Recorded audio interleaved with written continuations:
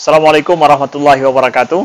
Anda rindu mendengarkan kajian-kajian dari ustadz-ustadz kita dari Aceh? Kunjungi channel YouTube Maulizul Akbar NAD.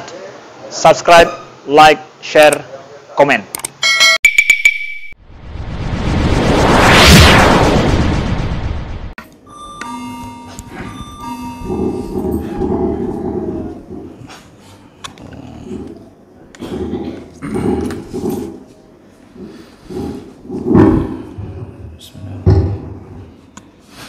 Assalamualaikum warahmatullahi wabarakatuh. Alhamdulillahirabbil alamin. Wassalatu wassalamu ala nabiyyina al-Mustafa Muhammadin wa ala alihi wa ashabihi ajma'in. Amma ba'd. Rabbi shrah li sadri wa yassir li amri wa hlul 'uqdatam min lisani yafqahu qawli. Segala puji bagi Allah, kemudian salawat dan salam kepada Rasulullah, pada keluarga dan seluruh sahabat-sahabatnya. Bapak Ibu jamaah salat subuh yang Allah muliakan insyaallah, pada kesempatan di pagi hari ini kita akan mengkaji tentang patokan seseorang dianggap baik oleh Allah atau oleh agama. Banyak hadis-hadis Nabi yang menyebutkan bahawa ukuran agama itu telah dilaksanakan, yaitu ketika seseorang berakhlak mulia. Rasulullah sallallahu alaihi wasallam menyebutkan dirinya, innama bu'istu liutammima makarimal akhlaq. Aku diutus untuk menyempurnakan akhlak. Jadi misi Nabi yang paling utama itu hanya menyempurnakan akhlak. Dan menyempurnakan akhlak itu tentu diawali dengan mengenal Allah, berakidah. Kalau sudah kenal Allah, sudah yakin Allah itu ada, maka dia akan melaksanakan ibadah. Begitu ibadah sudah terlaksana, maka muncul ruh ibadah di dalam keimanan seseorang. Disitulah seseorang berjaga-jaga untuk tidak jatuh ke dalam maksiat atau keburukan. Jadi perjuangan Nabi untuk membuat akhlak menjadi lebih baik, yaitu 23 tahun Nabi berjuang memperbaiki keadaan manusia. Jadi tidak disebut orang berakhlak kalau pintar ilmu tauhid, menghafal semua rukun-rukun ibadah, atau pintar sekali bahasa Arab, atau pintar sekali baca kitab kuning, lalu kemudian akhlaknya buruk, maka dia tidak disebut bahwa dia orang yang alim. Karena standar alim itu apabila sudah mengamalkan yang dia tahu. Kalau hanya sekedar pintar, banyak orang yang dilahirkan dalam keadaan pintar. Kalau cuma sekedar pintar bahasa Arab, anak-anak orang Arab pun yang TK sudah bisa bahasa Arab, nanti kepintaran kita masih kalah dengan anak TK-nya orang Arab. Jadi jemaah Allah, ukuran seseorang berakhlak itu setelah menguasai ilmu, cocok antara ilmu dengan amal. Rasulullah sallallahu alaihi wasallam menyebutkan dalam beberapa hadis, di antaranya kata Rasulullah, aktsaru ma yudkhilun nasa al-jannah, yang paling banyak membuat seseorang bisa masuk surga adalah taqwallah wa husnul khuluq. Takwa kepada Allah dan akhlak yang baik. Jadi penghuni surga itu dipenuhi dengan dua karakter, dua sifat, yaitu takwa kepada Allah, orang-orang yang takwa kepada Allah, dan orang-orang yang paling baik akhlaknya. Di mana tempat mereka? Bukan di surga yang bawah, bukan di surga yang di tengah.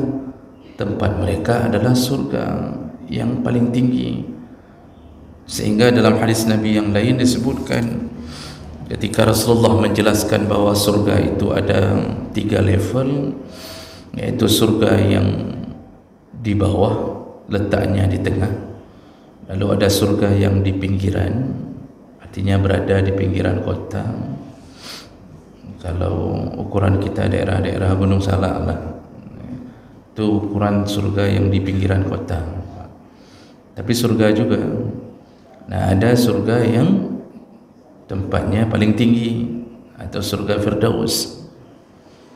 Lalu sahabat bertanya, siapa penghuninya ya Rasulullah? Apakah hanya para nabi? Rasulullah menjawab, tidak, bukan hanya para nabi. Termasuk salah satu penghuni surga Firdaus adalah selama di dunia mereka paling bertakwa dan paling baik akhlaknya. Jadi jemaah melakukan Allah Subhanahu Wa Taala, dua perkara ini yang paling banyak memasukkan orang ke dalam surga, takwa dan husnul khuluq, baik akhlak. Nah sekarang ini yang kita kehilangan, pelajaran akhlak ini itu tidak diajarkan di sekolah-sekolah dengan sempurna, sehingga yang muncul adalah anak-anak sekolah yang punya nilai biologi 9, fisika 9, tapi salat duhur tidak pernah. Jadi pulang dari sekolah, yang dia tahu cuma pelajaran, apalagi model mengikuti sekolah ala kafir, ala barat. Pulangkan anak-anak setelah waktu duhur, itu tidak dikontrol pun, mau salat mau tidak terserah engkau, yang penting sertifikasi kami keluar.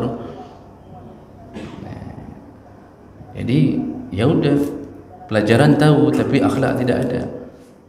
Dengan guru, mengejek-ngejek guru, meniru-niru guru ketika tidak ada orang dalam lokal, dijadikan bahan tertawaan, dengan orang tua melawan. Padahal sekolah ini kan aneh. Apa yang salah dari kita? Kita salah menerapkan pendidikan. Pendidikan kita lebih mengacu untuk menguasai materi, tapi tidak pernah memikirkan inti daripada sekolah itu apa. Seharusnya orang bertambah baik. Banyak hari ini yang otaknya berisi berbagai macam ilmu, banyak, tetapi ketika keluar dari sekolah nggak ada otaknya. Jadi otak diisi, tapi begitu dia bertindak itu nggak ada otaknya. Durhaka pada orang tua, macam model kejadian, pacaran, sabu-sabu. Nah, ini modelnya. Pendidikan Islam tidak begitu, akhlak nomor 1. Nah, jadi jemaah melakukan Allah Subhanahu Wa Taala, jadi akhlak ini yang menjadi patokan seseorang masuk surga. Kalau begitu, dari mana kita tahu ini? Dari mana kita tahu bahwa kita sudah berakhlak? Standar kita ini disebut baik itu bagaimana? Karena banyak orang merasa diri baik, banyak yang memuji-muji diri, tidak ada yang sebaik diriku. Nah, jadi standar seseorang disebut dia baik itu ada 4 kacamata yang harus dibuka. Ada 4 pandangan untuk melihat seseorang itu baik atau tidak. Dan itu semua berdasarkan ayat dan hadis-hadis Nabi sallallahu alaihi wasallam. Yang pertama, jadi 4 kacamata ini kalau melihat dan mengakui kita baik, berarti kita baik. Yang pertama, kita ini baik kalau diakui oleh pasangan hidup kita baik. Standar pertama kita disebut orang baik kalau seorang suami diakui oleh istrinya bahwa dia baik. Seorang istri diakui oleh suaminya bahwa dia baik. Jadi yang mengakui itu istri sendiri, bukan istri orang. Yang mempersaksikan seorang istri baik adalah suami sendiri, bukan suami orang. Seorang suami, walaupun semua istri orang di kantornya mengatakan bapak itu baik, tapi kalau istrinya sendiri mengatakan bopane na laginya, awakah nak kaduriji lah, kata istrinya. Tapi di kantor semuanya mengatakan bapak itu baik. Bapak itu kalau gajinya di awal bulan, kami semua satu kantor ditraktir bakso sama bapak itu. Kadang-kadang kalau kami lagi enggak ada uang, dipinjamkan uang sama bapak itu. Setiap kadang-kadang 2 bulan sekali kami diajak jalan-jalan sama bapak itu. Pokoknya bapak tu semuanya, bapak tu gitu-gitu. Di kantor tu semuanya mengatakan bahawa dia baik. Ya, bapak tu kalau bicara, Masya Allah lembutnya ke kami. Bapak tu enggak pernah marah-marah ke kami. Semua isteri-isteri orang di kantor kita mengatakan kita baik. Semua isteri-isteri orang di tempat kita mengajar mengatakan bahawa bapak tu baik. Jadi yang baik itu bapak tu.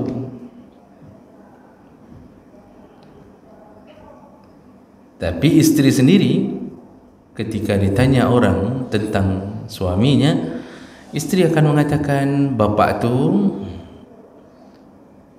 enggak pernah mengajak kami makan-makan. Jangankan makan-makan, kalau dia makan-makan sama istri orang, enggak pernah dia bungkus pun untuk istri sendiri. Kalau istri orang, Masya Allah, bakso 25.000, bakso super, bakso yang beranak-beranak di dalamnya, besar begitu dibelah keluar anak bakso itu untuk istri orang. Untuk istri sendiri, jangankan bapaknya bakso, anaknya bakso pun enggak pernah bawa pulang. Dan jangankan anak bakso, diajak makan anak-anak bakso pun enggak pernah. Jadi waktu istri bicara sama yang kantor, waktu orang kantor mengatakan bapak tu baik begini, kata istri, kalian kok bisa dibeli ya? Saya kok enggak dibeli-beli ya? Jadi ini sudah mulai ini. Kata istri bahawa bapak tu enggak ada waktu untuk kami jalan ke tempat ini, ke waterboom, jangankan ke waterboom, ke paret belakang rumah saja enggak ada waktu bersama kami. Bapak tu kalau marah di rumah, itu caci maki keluar dari mulutnya. Bapak tu, kata istri pun sudah nyebut bapak tu, kerana semua tadi menyebut bapak tu. Bapak tu itu kalau lagi marah di rumah, hancur barang semuanya. Piring daya habis gara-gara bapak tu. Kalau piring-piring asli dijaga sikit kena mahal. Pak, piring daya kan cuma sekali beli daya dapat piring, sekali beli daya dapat piring. Hancurin semua sama bapak tu. Kalau kami sudah biasa menahan tamparan dari bapak tu, jadi begitu kata istri. Ini saya lihat muka saya dulu enggak benjol-benjol begini, semenjak kahwin sama bapak tu muka saya udah benjol-benjol begini katanya. Jadi ternyata keterangannya berbanding terbalik dari keterangan istri sendiri. Maka apa yang menjadi sandaran kita? Cukup kejadian itu untuk kita tahu bahawa bapak itu tidak baik. Jadi bukan keterangan istri orang, standar baik itu pasangan hidup sendiri. Kenapa begitu? Karena yang paling tahu tentang kita adalah orang yang paling sering bersama kita, bukan orang yang kita jaga-jaga image di depannya. Berpuluh tahun kita hidup itu dengan istri, maka yang paling bisa merasakan keindahan penderitaan adalah istri. Jadi kalau istri mengatakan tidak baik, berarti kita ini bermasalah. Coba lihat bagaimana ketika ketika Aisyah bersaksi untuk Rasulullah ketika ditanya tentang akhlak Rasulullah dalam hadis-hadis yang sahih.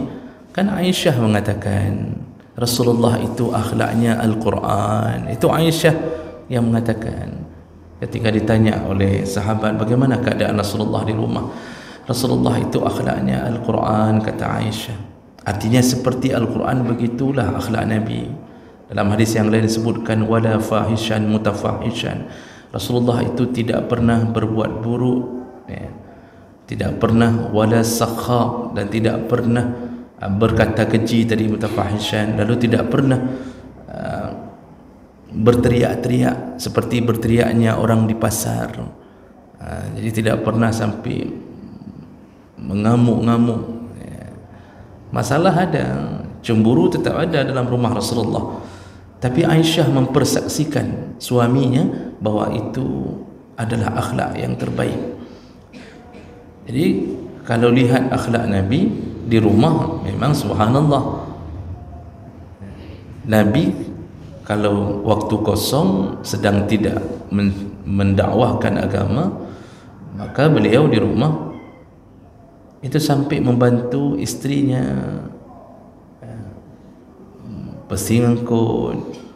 Itu Rasulullah mengerjakannya itu, cincang bawang, potong-potong sayur, begitu. Jadi itu keterangan-keterangan menyebutkan tentang Rasulullah begitu. Bahkan Rasulullah itu saking romantisnya, dia kalau minum, dalam hadis dari Aisyah, beliau kalau minum, beliau mencari bekas bibir Aisyah yang berada di gelas. Jadi dicari yang bekasan bibir istrinya, minum di tempat bekasan bibir itu. Suami hari ini juga sama, mencari bekasan bibir, tempat kaji bekasannya, ditandainya. Tapi untuk dia tahu bahawa jangan minum di tempat ini lagi, ke samping sedikit, jangan kena dengan bekasan itu, kan begitu ceritanya Bapak-Bapak yang Allah muliakan. Jadi inilah kita.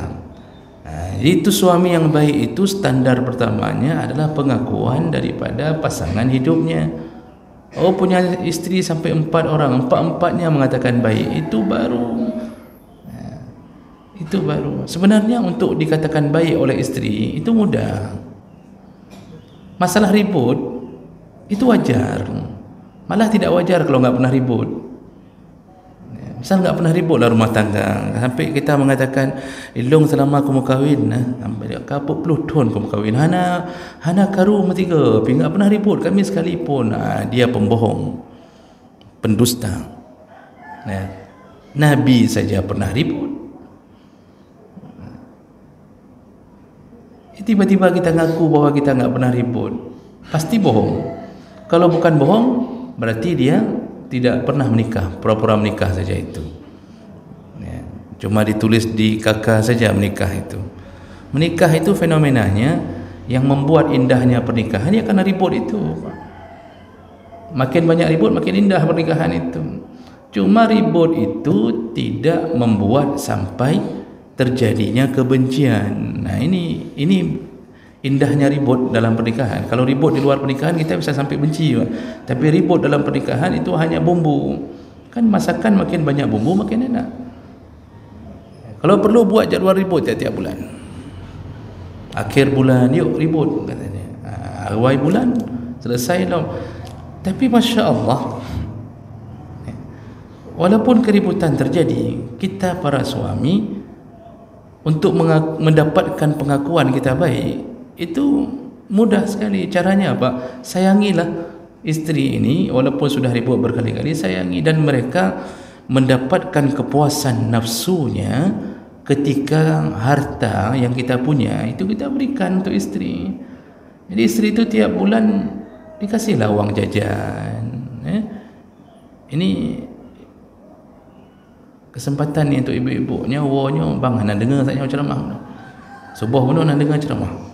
Kepegah oleh ustaz ujuk peng jajan, kedung. Hanya dengan peng jajan 500,000 per bulan itu, kalau ditanya orang nagot di turun, pasti dia jawab god mati gagal karu sangat tapi god orang ni. Kasih belanja jangan sedikit-sedikit, kasih belanja yang banyak. Berapa cukup untuk belanja? Oh, 2,5 juta per bulan. Kasih 2,550,000, itu sudah bagus. Lebih 50,000, suami mengatakan yang 50,000 kekah beli es krim, katanya kepada istrinya, itu sudah baik. Istri akan mengatakan kita baik. Jadi istri itu kan syahwatnya pada harta. Sekali-sekali pergi ke mana, bawa pulanglah kalung, gelang, itu begitu dibawa pulang, Masya Allah. Apalagi sampai waktu kasihnya berlutut di hadapan istri. Itu Masya Allah. Itu istri mengakui kita baik. Walaupun ribut sekali-sekali, tapi hargai kelelahan mereka, dihargai. Malam-malam minggu bawa belanja, jalan-jalan ke mall, kasih ni 300,000, pergilah. Engkau sudah capek berhari-hari masak, pergilah belanjalah, kasih 300,000. Kita duduk di tangga tunggu dia enggak pulang-pulang. Kita yang capek akhirnya. Jadi sederhana, hidup itu sederhana sebenarnya. Itu contoh suami yang baik, pengakuan dari istri. Begitu juga istri. Ini tadi untuk suami. Sekarang istri. Jadi bagi fikir ibu-ibu, oh menan. Jino dah dengar keron. Istri tidak akan dianggap baik oleh Allah selama suaminya tidak menganggapnya baik. Jadi pengakuan pasangan hidup itu, suami istri harus adil, seimbang. Karena Rasulullah mengatakan tidak akan masuk surga seorang istri kalau suaminya tidak meridainya. Dan untuk mendapatkan rida suami tentu butuh pelayanan, butuh pengabdian. Rasulullah mengatakan ayyuma imra'atin matat wa zawjuha radin anha dakhalatil jannah. Semua istri yang meninggal dunia atau duluan meninggal suaminya, lalu suaminya bersaksi bahwa dia adalah orang yang baik. Jadi kesaksian itu enggak, kalau suami tipenya itu kesaksiannya dia tidak mengatakan ke orang banyak. Kalau istri mungkin akan mengatakan waktu tarik julu-julu, itu dulu yang dikatakan kok god lah kolong, alhamdulillah. Nyopeng julu-julunya pada dari ji. Ini wang julu-julu ini dari suami, semua diberikan untuk saya. Sekali tarik 20 juta untuk saya semuanya. Dia kasih tahu semua orang suaminya baik, suaminya baik. Kalau suami tipenya enggak suka kasih tahu orang, bang. Paling dengan teman akrab di kedai kopi. Nah, itu pun dia sudah akrab dari SD, ya. Dia akan ditanya gimana di rumah, aman insyaallah. Dia akan mengatakan gadah urang insyaallah, walaupun bentuknya enggak jelas tapi gadah urang. Bentuk enggak jelas kadang-kadang apa istilahnya, kurang-kurang sedikit kan, kurang make up, kurang macam-macam lah. Jadi tapi Masya Allah kalau akhlak yang baik, dia tetap akan mengatakan keridaannya. Ridha itu yang mengantarkan istri ke surga. Maka untuk mendapatkan ridha suami bukan dengan wang. Tadi ridha istri itu dengan wang, Pak. Maka kita yang harus cari nafkah, kita yang harus memanjakan. Dengan uang itu termasuk salah satu penghargaan terbesar. Bukan istri kita materi, memang begitu, syahwatnya ke situ. Tapi kalau suami, syahwatnya bukan ke uangnya istri, dia tidak peduli. Harta warisan istri dia tidak peduli, kecuali suami-suami kurang ajar dua. Itu baru dia sasar uang istrinya. Asal sudah dibagi warisan dari almarhum ayah istri, sudah mulai dia kiban, jedanya macam-macam dia mulai minta tu. Tapi sebenarnya suami itu bukan ke situ normalnya. Suami yang normal itu dia akan bersaksi kepada Allah bahwa, atau kepada orang banyak, bahwa istrinya baik di saat dia dilayani oleh istrinya dengan baik. Yang kira-kira seluruh hasratnya terpadamkan dari luar rumah di dalam rumahnya. Mulai dari hal-hal sederhana, suami pulang kerja, istri menyediakan minuman tanpa harus diminta selalu. Dia tanya penejip, lalu dia pegat teh, dibuatkan teh sederhana, Pak. Buat teh, istri buat teh. Lalu kemudian menyediakan roti kongguan untuk suaminya celup-celup ke dalam teh. Ada yang jatuh ke dalam teh Pak terlalu lama, berenda roti menyebar dalam teh kan. lalu kemudian diurut oleh isterinya, setelah suami mandi diurut, ya, karena lelah diurut di betih, diurut bapa, digitu abah ulai keluarga, mudah-mudahan begitu. Tapi suaminya senang, ya, oh kalau suaminya banyak kurap, digaru-garu sama isterinya, digaru-garu, suaminya ridha melihat isteri pelayanannya luar biasa. Itu saja yang diharapkan suami. Nanti ujung-ujungnya masalah hubungan suami isteri itu memang wajib. Nah, itu durhaka isteri kalau sampai tidak mau begitu, dilaknat-laknat oleh Allah dan malaikat. Jadi masalah ini akan menyebabkan ketika orang bertanya, bagaimana keadaan suamimu? Baik. Sekali-sekali ribut tu biasalah, baik, tapi orangnya baik. Nah, jadi ini standar akhlak kita kepada Allah Subhanahu wa taala. Jadi jangan merasa baik kalau dipuji sama sesama partai. Ini satu partai ni, sama-sama partai merah, sama-sama partai kuning. Semua mengatakan kok ge bapaknya, kok ge. Ibu-ibu yang kita kasih jabatan semua mengatakan kok ge kata dia. Padahal God gara-gara kita sudah kasih dia jabatan, kita suruh naik, kita calonkan kepala dinas, kita begini, apa enggak baik? Isteri kita coba colok kepala dinas, baik enggak kita? Pasti dia enggak baik. Tapi begitulah keadaan kita. Maka jangan salah faham sampai kita berbaik-baik dengan orang luar tapi tidak baik dengan orang di dalam rumah kita sendiri. Jadi dibalikkan keadaan. Dengan orang luar itu baik tapi ya standarnya biasa. Tapi dengan orang rumah itu baiknya harus luar biasa, Pak. Baiknya harus luar biasa. Isteri itu harus benar-benar melayani suami, dirindukan. Kalau perlu suami belum sampai, isteri sudah berdiri di pintu pagar. Isteri sudah berdiri di pintu pagar, sudah mandi, sudah bersolek, berdiri di pintu pagar. Lewat tetangga, sauna preh lintu lungwong. Jadi tahu dia di pintu pagar. Sampai ada orang yang kasih sedekah ke dia gara-gara terlalu lama berdiri di pintu pagar, Pak. Segitu seharusnya sampai begitu. Jadi remote-nya pintu pagar itu isteri. Remote langit baru sama Rara, tapi remote pintu pagar itu isteri. Sampai begitu mobil suami datang atau motor suami itu sudah terbuka pintu pagar, senyuman terkembang. Ya, senyuman terkembang, langsung dia bereskan semuanya. Dia lap keringat suaminya, dia ambil kain-kain dapur, dia lap keringat. Kena dampah dua gelah harinya. Nah, jadi jemaah, itu gitu gaya hidup.